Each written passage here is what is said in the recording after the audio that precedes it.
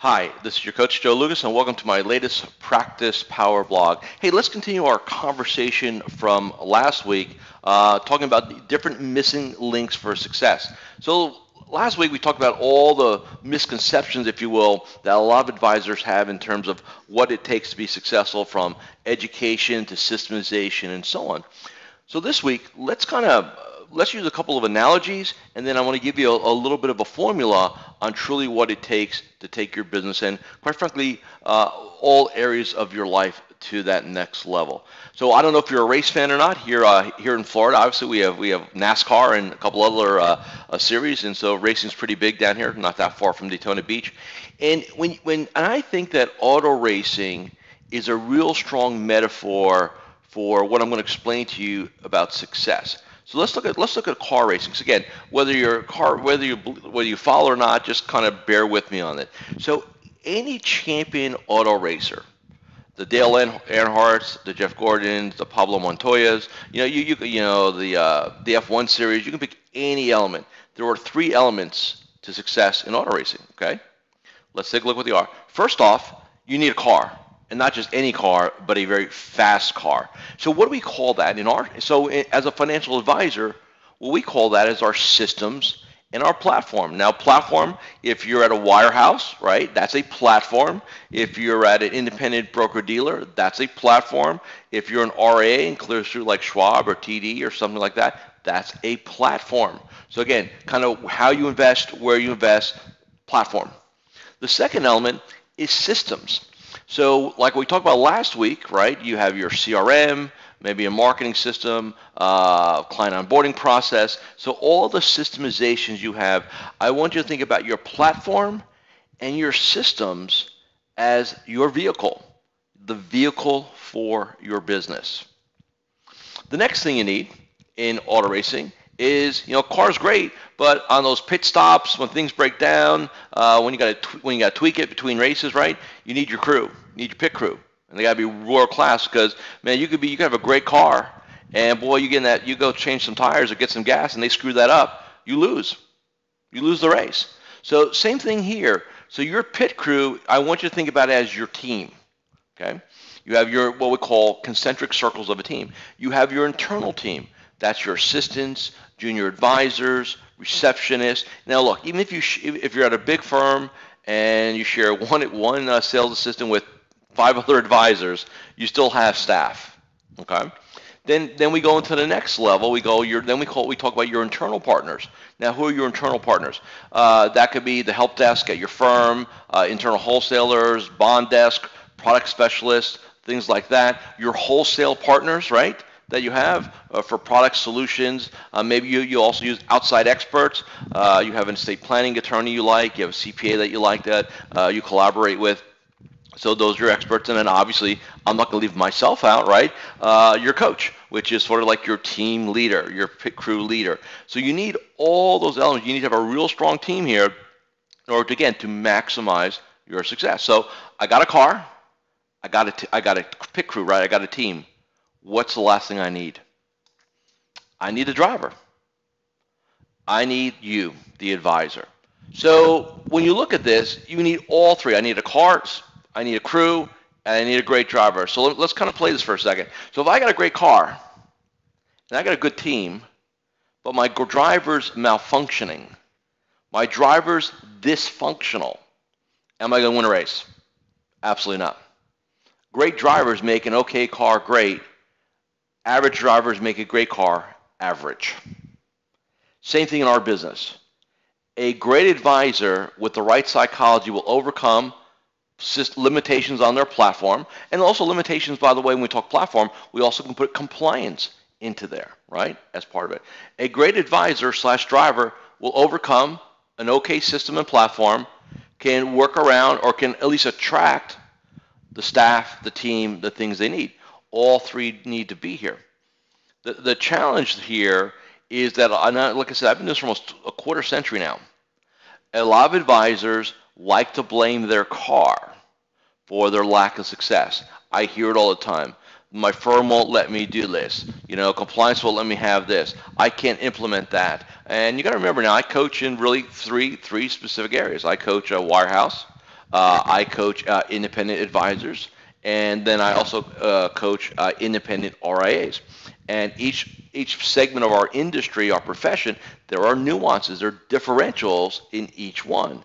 So my point being is that if you focus your energy on blaming the vehicle and you're abdicating your own responsibility as a driver, this is the story you tell yourself and why you're not being more successful, why things aren't happening all the time. And look, I interview advisors all the time. People come into our space, they want to retain us, whether it's me personally or one of my coaches or both of us as a team.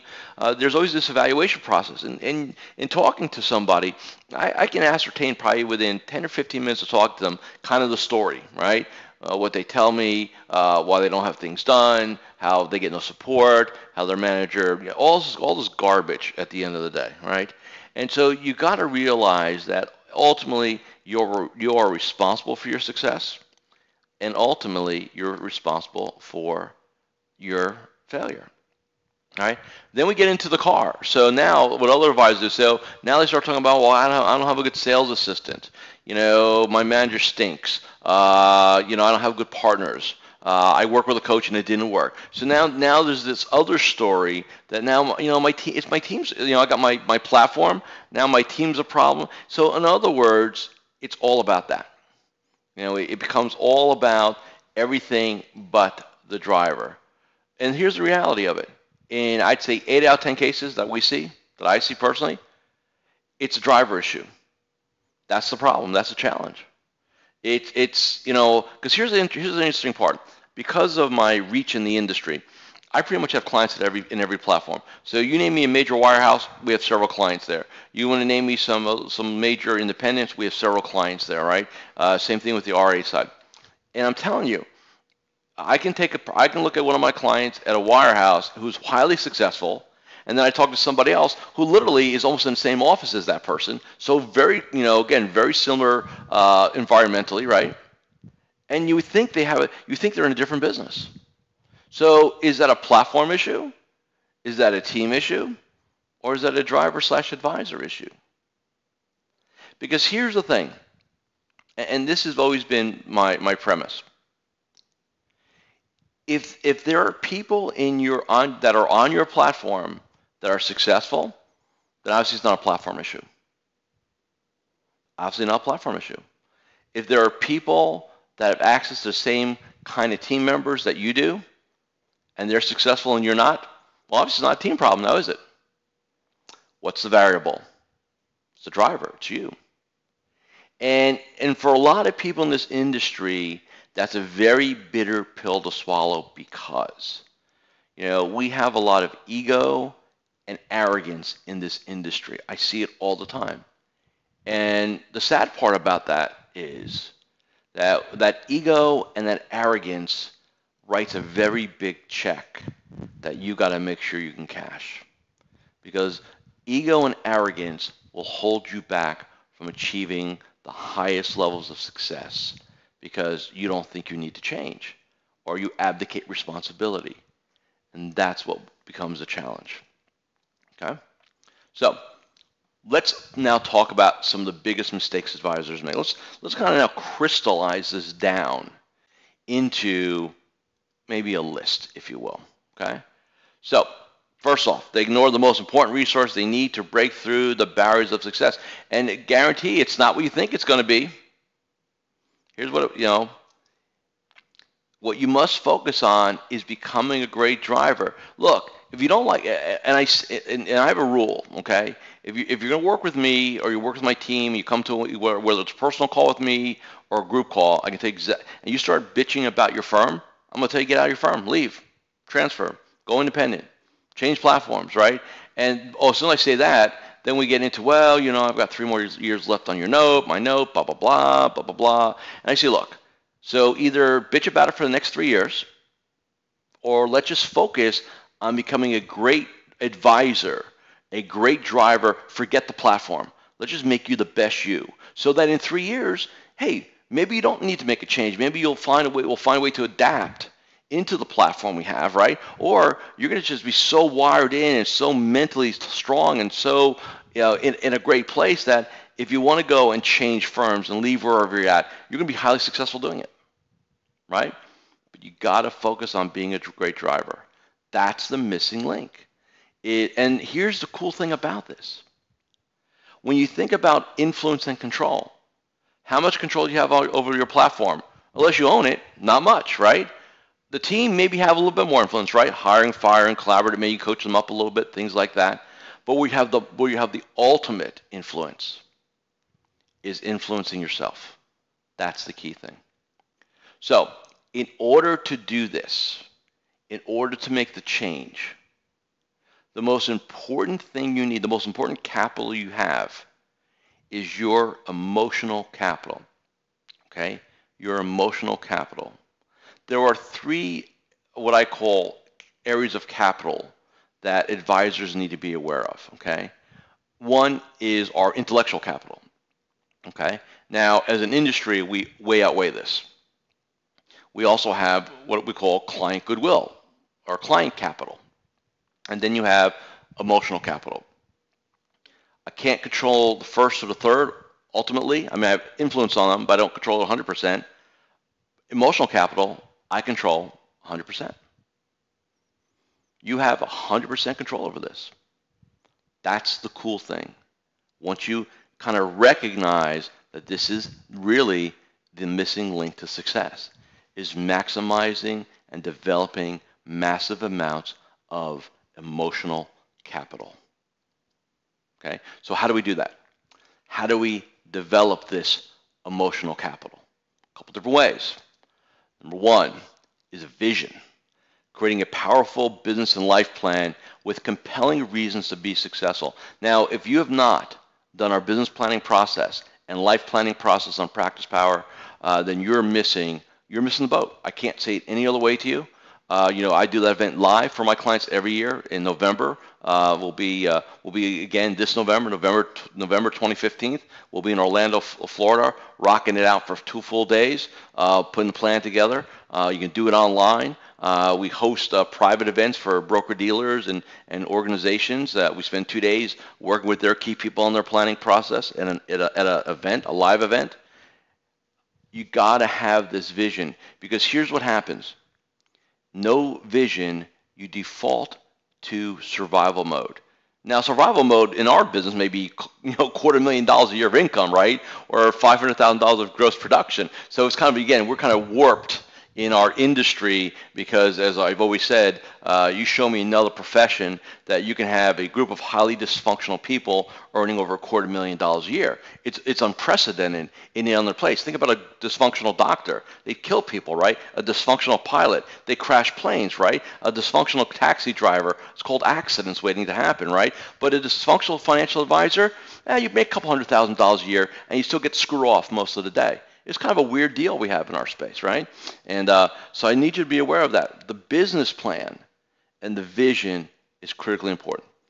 Next, how you start the day is 80% of a great day. How you start the day. Morning ritual. We have morning ritual builders in Practice Power.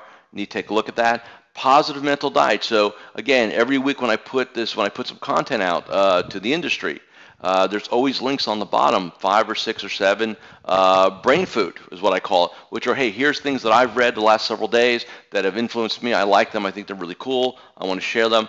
There's so many ways to get mental diet. You can just Google success or search success in YouTube, right? And you probably have tens of thousands of hours of free motivational material, whether it's Zig Ziglar, Tony Robbins, Brian Tracy, whoever you like, their blogs, there's all this stuff. It's not even I used to say, man, save your money, go buy a book, a tape program, and things like that. You don't have to do that anymore. There's plenty of stuff to get a good mental diet. If you're starting with junk, the news, what's going on overseas, the markets, man, you create that psychology for yourself. And the way I equate it is this.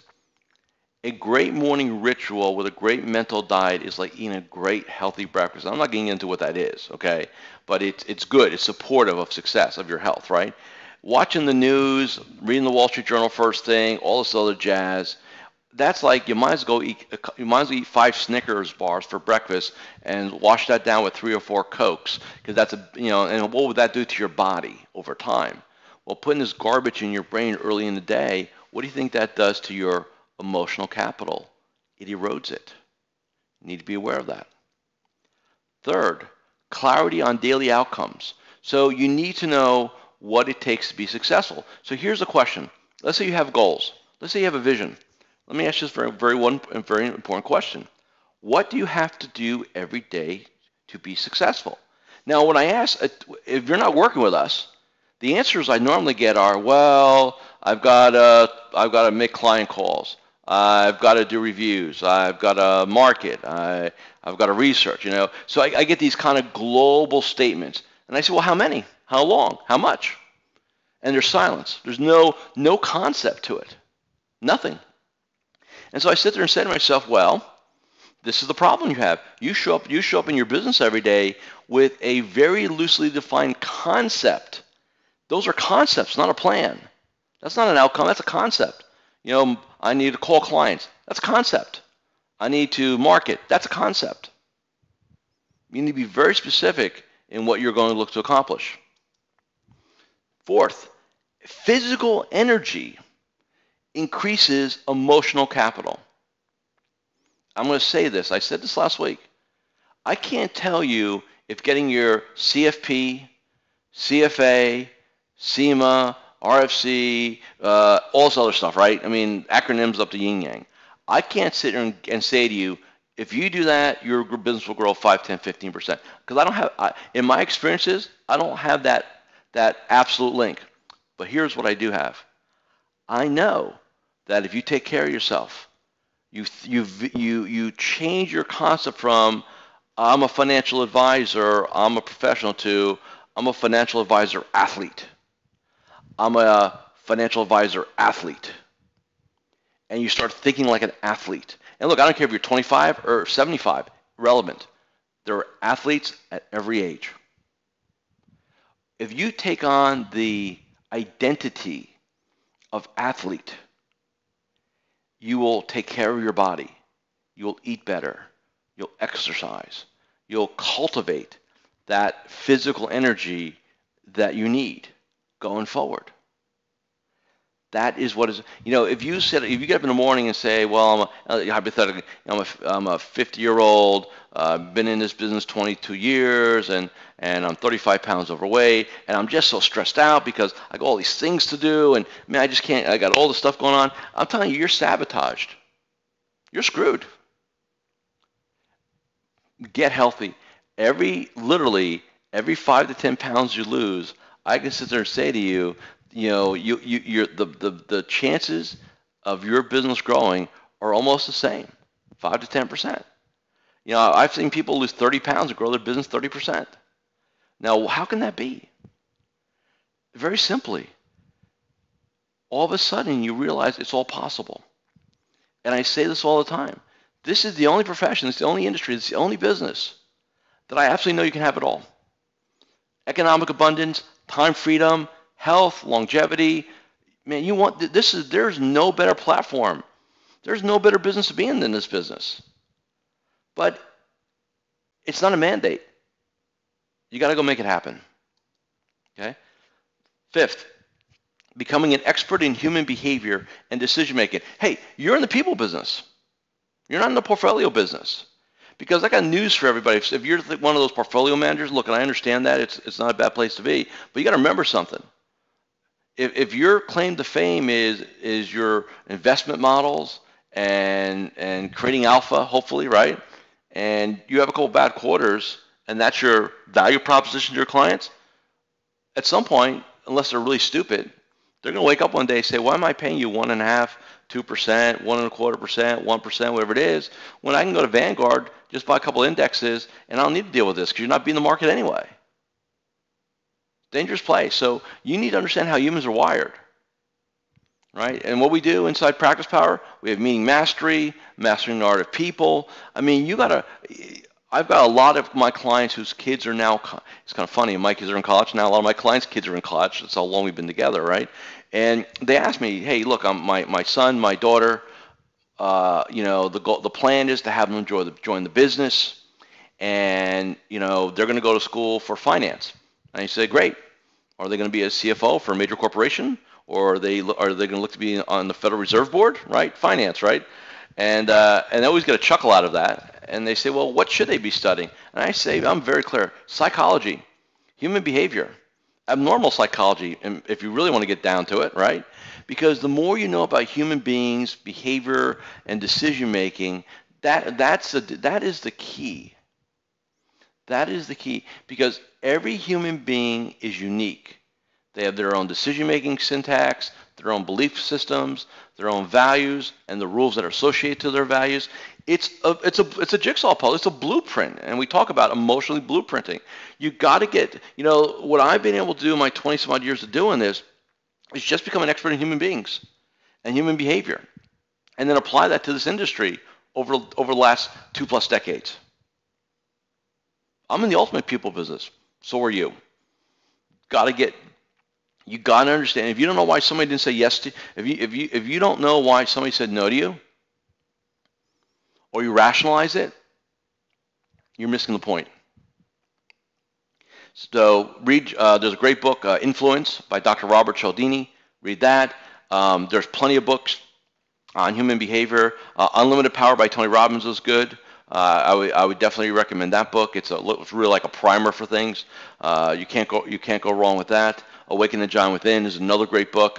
Obviously, just on my background, but there are ways for you to go do this.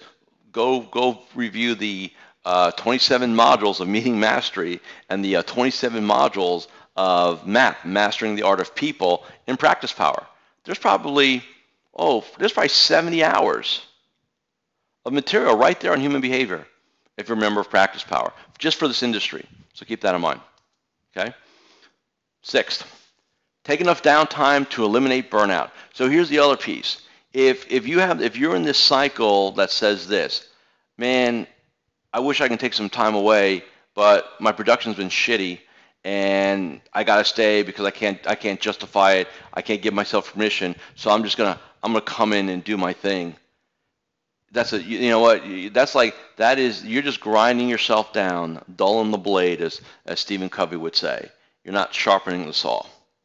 Now, when I say enough downtime, everybody's different on this. So I'm not going to sit there and say, well, it's this or it's that. I know that I operate with this model. A lot of my clients do, where we have 16, that's 1/6, so you understand, 16 down weeks a year. Now, a down week is not, let's go off to Tahiti, although that's a nice idea, thinking about it. It is working on yourself, working on the business, downtime. Where it is not is in the office, hanging out, okay? And I know when I put this, by the way, if you want to know what the concept is, just go into Practice Power. It's called iAdvisor. I've got clients at wirehouses that run it. I've got clients at independent broker-dealers who run it. I've got clients at independent RAs who run it. It is not platform specific. It can be done across all platforms. It's really cool. But you've got to make sure you take enough time. The key is to take enough time away that you can't wait to get back. That you're chomping at the bit. You're chomping at the bit to get back and make things happen, okay? So one last thing. Remember this: hard work and long hours are not the key to success. Which you would sit there, for some of you old timers, I remember I threw the slide up. I was visiting a branch through a wholesaler. They had me go do a little road show. I remember flopping this key up. I remember putting the slide up there in the conference room, and you could just see the branch manager's eyes just went like wide. And I thought he's turning red. He may actually turn purple. I think he was so pissed at me, right? Because here I am, putting this up there. Hard work and long hours is not the key to success. So now, remember this. Time does not matter in our business. Outcomes do. So I always say this statement, and I usually get a chuckle.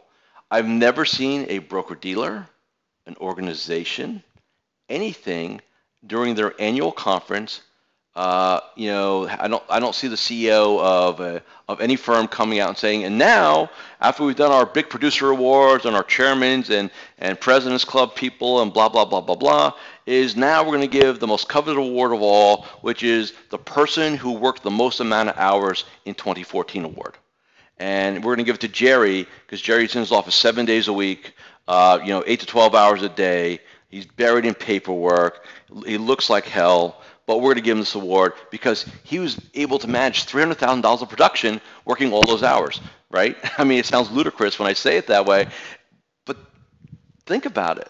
I'm sure everybody knows somebody in this industry, especially if you've been in it long enough, that you swear this person, they got to be the hardest working person in the business, but the numbers aren't there because they're in their office, putting the hours in, minding the store, wasting time.